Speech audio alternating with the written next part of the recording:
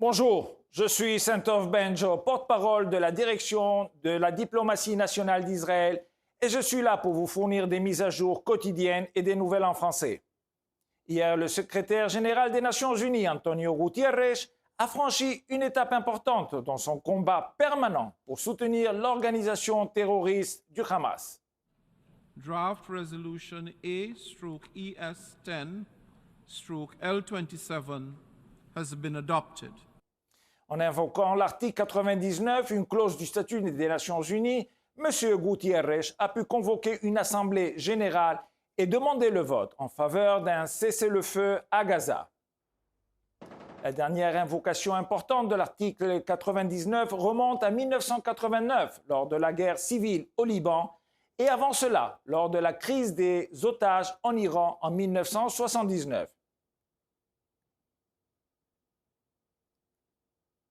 Cette invocation inhabituelle s'ajoute à une longue série de priorités douteuses du secrétaire général qui n'a condamné les violences, les tortures et les violations commises par le Hamas le 7 octobre que lorsqu'il a subi de fortes pressions publiques et politiques.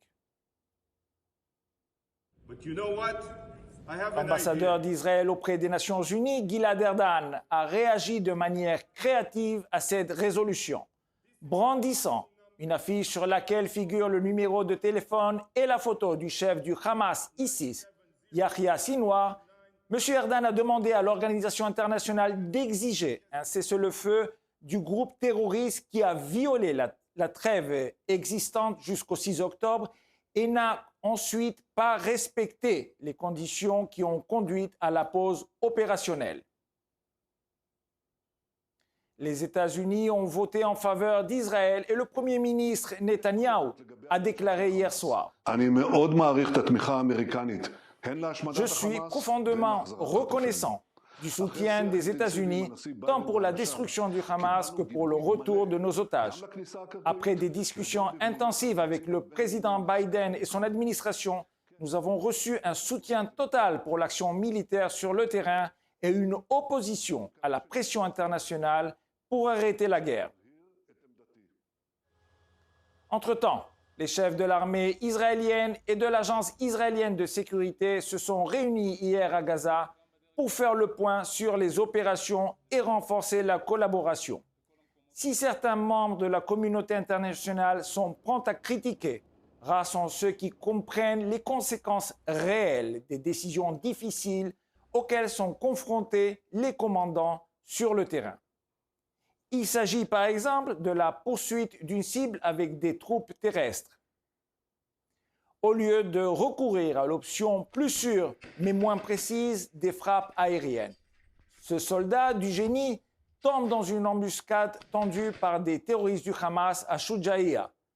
Dépassé par les armes et le nombre, il fait preuve d'une ingéniosité et d'une bravoure admirables.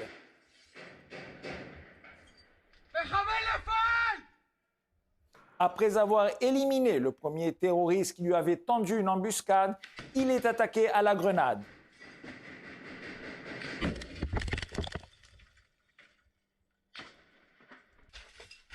Blessé, il continue à tirer et élimine la menace. Nous saluons son courage et prions pour son rétablissement complet.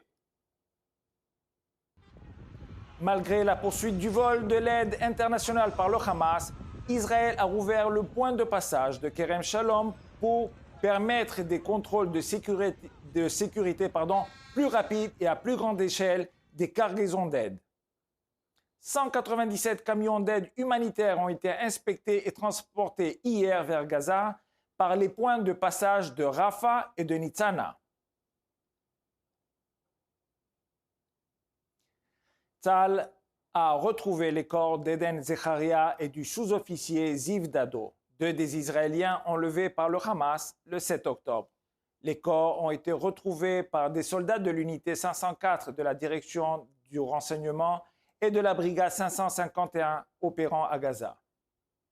Comme toujours, nous sommes à votre disposition pour toute question 24 heures sur 24 aux coordonnées affichées à l'écran.